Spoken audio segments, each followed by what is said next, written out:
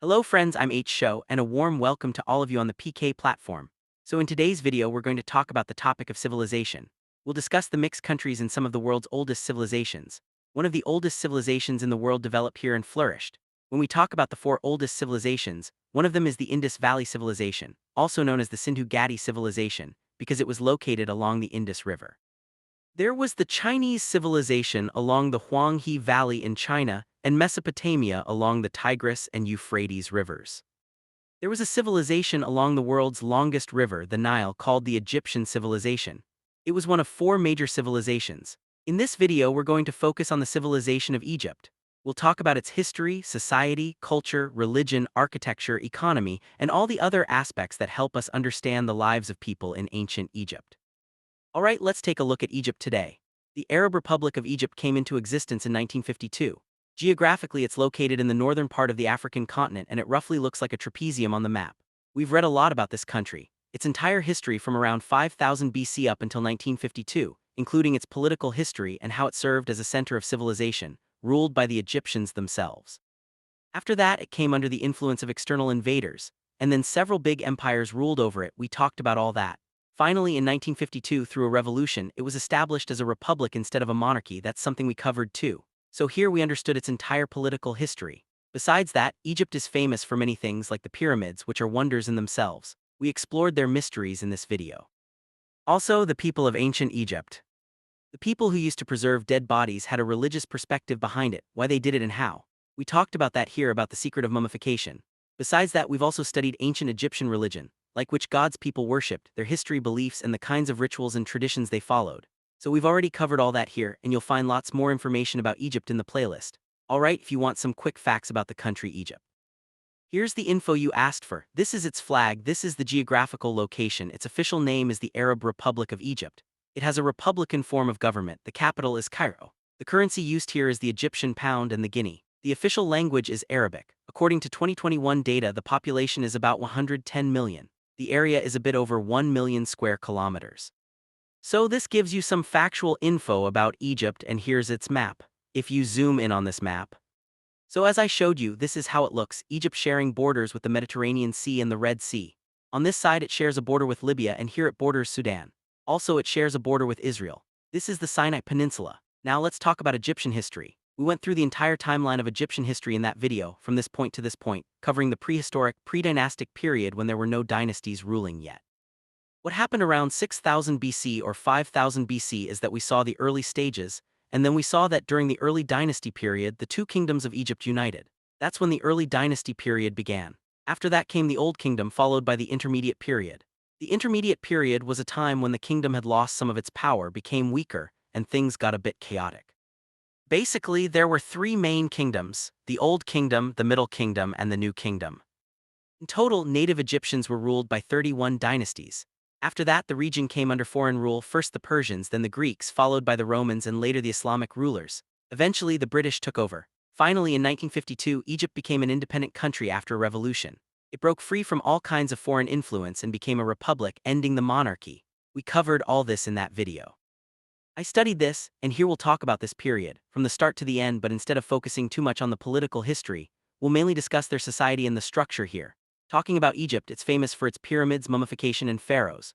There's a lot said about them, lots of stories and even conspiracy theories about the pyramids and mummies. When I talked about the pyramids before, I told you about the different kinds of conspiracy theories people come up with. So yeah, these are the things. This civilization is pretty interesting. Egypt's civilization is full of mysteries that haven't been fully uncovered yet, which makes it even more fascinating. If we talk about its period, it ruled for almost 30 centuries. During this time, 31 dynasties were in power. Around 3100 BC, Egypt got unified, and finally in 332 BC, Alexander completely captured it. The culture and traditions of the occupied people were still ongoing, and after that, foreign religions came into the picture. Egypt was influenced by cultural traditions, and then you start seeing Egypt in a different way. We'll look at the Old Kingdom period when the pyramids were built, and also talk about the New Kingdom era when its empire expanded. We'll discuss military conquests too. All these topics fall under Egyptology, which is basically the study of Egypt's history. Now, if we talk about the sources of this information, it mainly comes from archaeological sites where excavations have taken place, And through these digs, we get all these details. You can tell what kind of civilization existed on these sites, what kind of pottery was found, what kinds of monuments and big pillars were there, and even pyramids. These all give us information. Besides that, their writing system called hieroglyphics also helps us understand what kind of people they were and how they lived.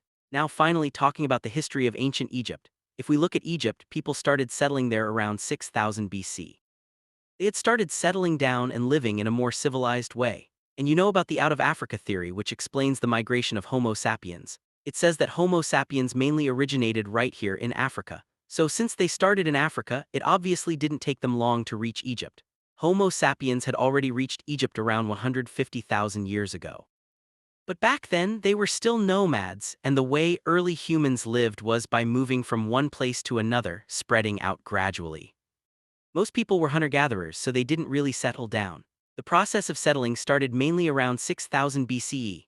That's when two kingdoms formed over time, one in Lower Egypt and one in Upper Egypt. Now, talking about Egypt, the northern part, which is actually the lower part geographically, is called Lower Egypt, and the southern part is called Upper Egypt. This is because the Nile River flows from south to north.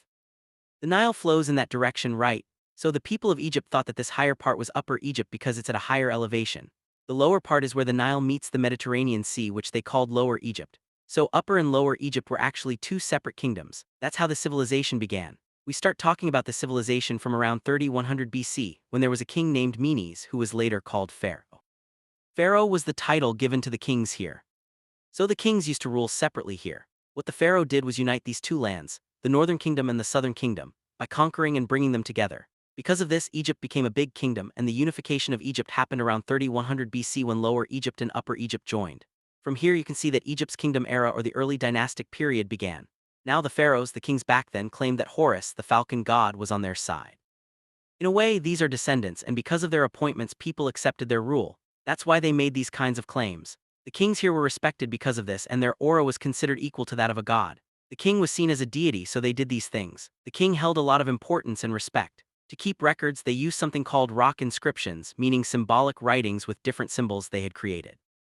Let me also explain how they used numerals to represent numbers and alphabets. They didn't actually have alphabets or a number system like we do. Instead, they arranged things so that each symbol had some meaning.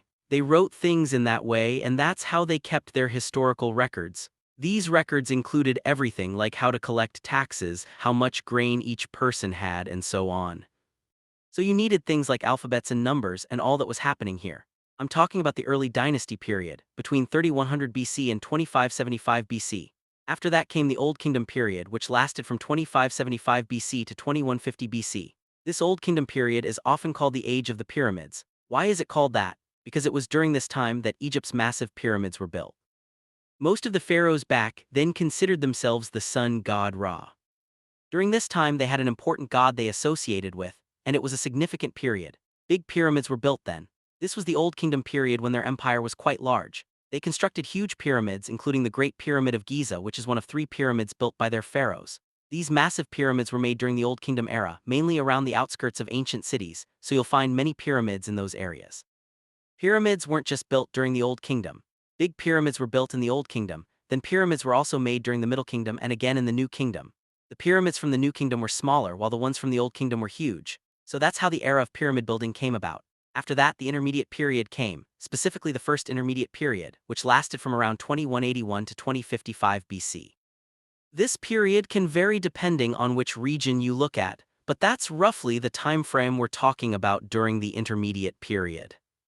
Basically what happened was that the pharaoh's power weakened a bit. His power was kind of lost. The pharaoh became weaker during this time. And here in Egypt there was a drought. Egypt's economy and the lives of the people were mainly dependent on the Nile River. So if there was ever a drought or less rainfall, the flow of the Nile would decrease, causing problems here.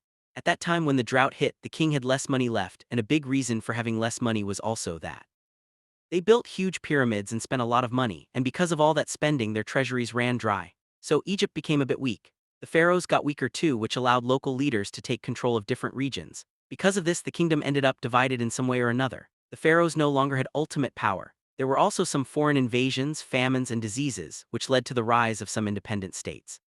This period is known as the First Intermediate Period. So you can understand that this marked the end of the Old Kingdom. After that, around 1938 BC, there was a pharaoh named Mentuhotep II who reunited the whole country and brought the kingdom back together. This is when the Middle Kingdom period started. The Middle Kingdom lasted roughly from 2055 BC to 1786 BC. During this time the state was reunited again, different kinds of work were done, and prosperity returned. There was a lot more focus on art during this period. They started building pyramids and stuff again. They also built things like the Karnak Temple, which became really famous. This Karnak Temple represented the Egyptian gods. It was a big temple built during that time. During the Middle Kingdom, pyramids were built too, but they weren't as big as the ones from the Old Kingdom. Later on, the Second Intermediate Period came along, and once again the power of the pharaohs weakened. The pharaohs got weaker, and Egypt got divided again into different spheres of influence. Different local leaders and governors came under control and various kingdoms emerged here. For example, the Kush kingdom appeared and there was the Canaanite kingdom in the north. In Upper Egypt, different groups took control. Things started happening this way. After that, the new kingdom came into existence between 1567 and 1085 BCE. The 18th dynasty began ruling during this time, starting with Ahmose I, who was the first ruler of the 18th dynasty and reunited Egypt. Up until now, 18 dynasties had ruled. I made a mistake in the video where I talked about political history and mentioned every dynasty, but studying all 31 dynasties isn't really important for us. What matters is understanding them. So in this video I'm not going into the individual history of each dynasty. During this period there was a female pharaoh named Hatshepsut who ruled for 21 years and is known as the first female ruler in Egyptian history. Cleopatra is often mentioned, but before the Romans ruled, it was the Ptolemies who were in charge. But even before the Ptolemies, there were several pharaohs and important women who ruled Egypt. One of them was Pharaoh Hatshepsut, who ruled for 21 years. During the New Kingdom period, there was another pharaoh named Akhenaten. He started a new kind of religion. It was basically the same religion, but he changed it from a political religion to a monotheistic one. They tried and said there's a god named Aton whom you should consider the supreme deity and not worship others as much. So they were trying to adopt a monotheistic approach, but it didn't really catch on. While Aton was alive, people listened because he was a powerful guy, the pharaoh. Nobody could just ignore what he said. But later on the priests and others brought back the old system, the old religion, and things went on as usual, so that's what happened. This period, around 400 to 500 years into the New Kingdom era, saw the construction of many pyramids here, not big or grand ones but lots of smaller ones. The empire also expanded during this time because the New Kingdom was known for its military campaigns. They carried out several campaigns around their region, reaching as far as the Nile and Euphrates rivers. If you look at the New Kingdom in the 15th century BCE, the empire had stretched all the way out here and here.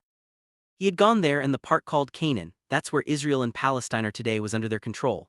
They held sway all the way up to Syria. Their empire had expanded quite a bit and became the world's first big empire. After that, a pharaoh named Ramses II built a lot of monuments here, starting a new style of monuments. Temples and such began to be built, just like in the Old Kingdom when the pharaoh's tomb was shaped like a pyramid.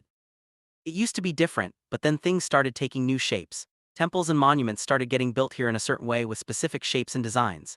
After this, the Third Intermediate Period came. By then all three kingdoms, the Old Kingdom, the Middle Kingdom, and the New Kingdom, had ended. The Third Intermediate Period came next, followed by the Late Period. During the Late Period, Egypt was no longer ruled by Egyptians. Basically, foreign rulers took control. This was the time when the pharaohs lost their power again. There was unrest, drought, and famines happened too. The pharaohs managed to thrive, but most of the others weakened here over time. After that, a few kingdoms were established. One of them was the Southern Kingdom. If we talk about the Kushite dynasty, their kingdom was around here, roughly around 700 BC. So you can see that the Kushite kingdom's rule was established, and though they were somewhat like the Egyptians, they were a bit different from the earlier dynasties. They ruled for many years here. So the pyramids started being built again, including the big ones during this period. After that, the foreigners from the Libya-Nubia region gained their independence and separated themselves from Egyptian rule. They declared themselves independent. That's how the Third Intermediate Period went. During this same period, the Egyptians clashed with the Assyrian Empire. The Assyrian Empire was a powerful empire that was later defeated by the Persians. The Assyrians were active here and had taken control of the area. They also controlled the territory of the Canaanites and extended their military campaign into the Egyptian region, bringing Egypt under their control. In 771 BC, the Assyrian ruler Esarhaddon destroyed Memphis, which was the capital city. After that, the Assyrians appointed their governors to manage the area. Later on, during the Late Period, roughly between 656 and 332 BCE, the Persians had established their rule over Egypt and the surrounding regions. The Persian Empire had become the most powerful and the largest empire in the ancient world. There was a king named Cyrus the Great, or Cyrus II, who laid the foundation of this empire. We've already covered the complete history of this empire. When they expanded their empire, they also He defeated Persia completely and took it under his control. After that, this person's son, Cyrus's son named Cambyses II, ruled from 530 to 522 BC. He launched a campaign in Egypt, and for the first time Egypt came under Persian control, completely falling under foreign rule. Cambyses in 525 BC defeated the pharaoh Psamtik III in the Battle of Pelusium. After that, Egypt became part of the Persian Empire. Egypt became part of the Persian Empire and stayed that way for a long time, up until 332 BC. During the Persian rule there were several revolts here. Later on, when rulers like Darius took over, many revolts happened, but most of them were crushed because the Persian rule was very strong and their army was powerful. Because of this, Egypt remained under Persian control for a long time. Then, in 332 BC, something changed. This is when Alexander the Great, known in India as Sikandar, came into the picture.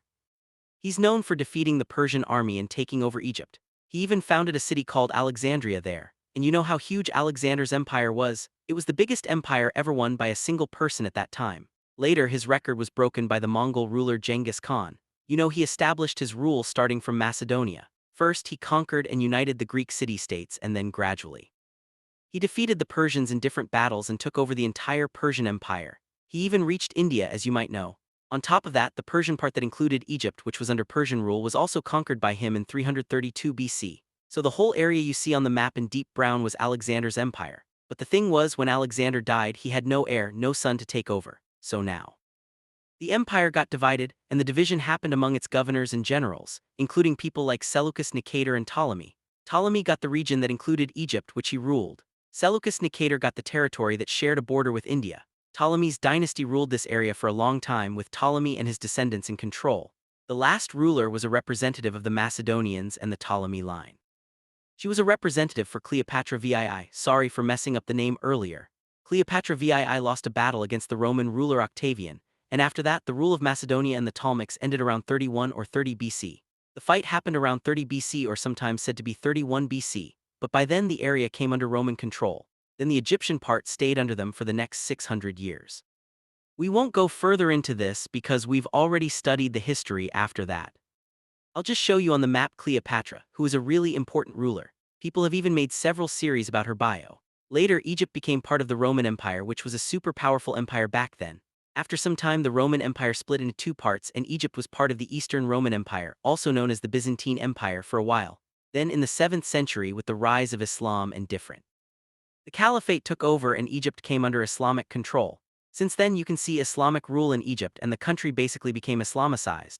The old culture, traditions, and religion of Egypt changed completely because Islamic influence took over. You know, the ancient religion there was Egyptian religion, then the Greeks came and brought their influence, followed by the Romans, and finally Christianity came after that. Islam's influence grew here, which led to Egypt coming under Islamic control. After that, Egypt remained under Islamic rule, first under the Ottoman Empire and then under the Muhammad Ali dynasty. Later it came under British influence, and after gaining independence from the British, Egypt became a republic in 1952. Although technically it had gained independence from the British back in 1922. But independence was mostly just in name because the British still had influence. So after overthrowing the monarchy and setting up a military government, Egypt became a republic in 1952. Now, talking about how life was in Egypt then, politically the absolute power was with the pharaoh. The pharaoh claimed to be God's representative, so because of that he had the right to rule. People were supposed to accept his authority and respect him. It was a theocratic system. The pharaoh had complete absolute power because of that religion. These were the things the king had. The pharaoh had command over all the land, the army, and the irrigation system. They had control over everything. Whatever surplus crop there was also went to the royal state. They got everything, so the pharaoh was very important. And here there were male pharaohs for sure, but females also had a significant role and influence. So women in royal families were in a good position. They had respect, a name, and power. Now, when it comes to such a vast empire, it's not like a pharaoh or a king handled the entire administration alone. They appointed some officers or representatives for different positions who acted on the king's behalf. These officers were given certain powers and autonomy over their own areas to maintain the justice system and law and order. But in the end, all the real power rested with the king.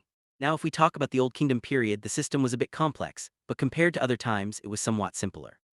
By the time we get to the New Kingdom, it's not like everything stayed the same from the Old Kingdom to the New Kingdom, like the officers, their autonomy, or the system, they all changed. Talking about Egyptian society, it was divided into 3 classes. If we talk about class, there wasn't really a caste system or anything like that. It was more of a class-based society, and you could think of it as a pyramid. At the very top was the pharaoh, and just below him were the higher classes, which included the viziers and priests. They were considered first class. So they were basically the upper class. Then in the middle you had the people who were, you could say, artistic, artsy, skilled workers, craftsmen. These guys came next. After them were the peasants and servants, basically slaves and servants, who were third in line. They were the poor, the lower class. So you had the upper class, middle class, and lower class all here. You can see that the pharaoh was at the very top, the most powerful. To help him out, there were some viziers, some ministers, who belonged to the loyal royal family. Back then those guys became ministers and stuff. They moved up to the upper class. They had solid power, good homes, palaces even, and they had a lot going for them, including more authority. The priests handled religious matters. They took care of rituals, traditions, taught people about these things. All of this happened, and they were known as powerful intellectual leaders. Their job was to manage temples and stuff, perform official rituals, do sacrifices, you know, the kind of sacrifices needed to please the gods. That's how it was. The peasants' job was to farm and grow crops, and they could use their grain however they wanted. But they also had to pay taxes. In return, the government or the ruler would build irrigation systems for them, like canals and temples. Basically, the ruler took care of development, so in exchange he collected taxes from them. Besides that, there were slaves and servants whose condition was much worse. But one thing here was. I've written a lot of things in it that you can read, but let me tell you straight, even among slaves or the lower class, a person could move up. If someone had skills, if they were skilled enough, they could become a teacher, an artist, a doctor. They could move into the middle class or even the upper class depending on their abilities. It wasn't like a peasant had to stay a peasant for life. If he could become a good craftsman, he could. He was allowed to do that.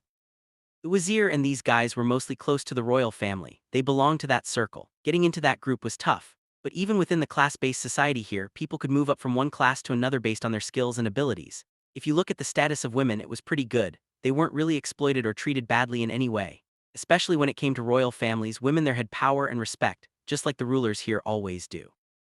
It's not like property normally passed from father to son, as was common in most ancient cultures where fathers' property went to their sons. But here, the land property passed from mother to daughter. So you could say the position of women here was quite strong. Upper-class women and lower-class women dressed differently because they had different levels of wealth. Upper-class women had jewelry, luxurious homes, nice furniture, things like that, whereas lower-class women didn't have all that. Back then things were different. You'd see jewelry and stuff, but it was pretty normal and not too much. These things used to be fewer. In the middle class there were merchants and such people. So that was all the third class, the lower class, the really bottom tier. That included slaves and captives, free laborers, and these folks who worked in different places like on irrigation systems, roads, and building projects. So that's how things worked. The free labor class had the heaviest burden, paying the most taxes, which made their condition pretty poor. They used to live in small mud brick houses and had very little furniture. But there was a chance if someone was an ambitious Egyptian, a free worker or laborer with good skills, they could move up to a different social class.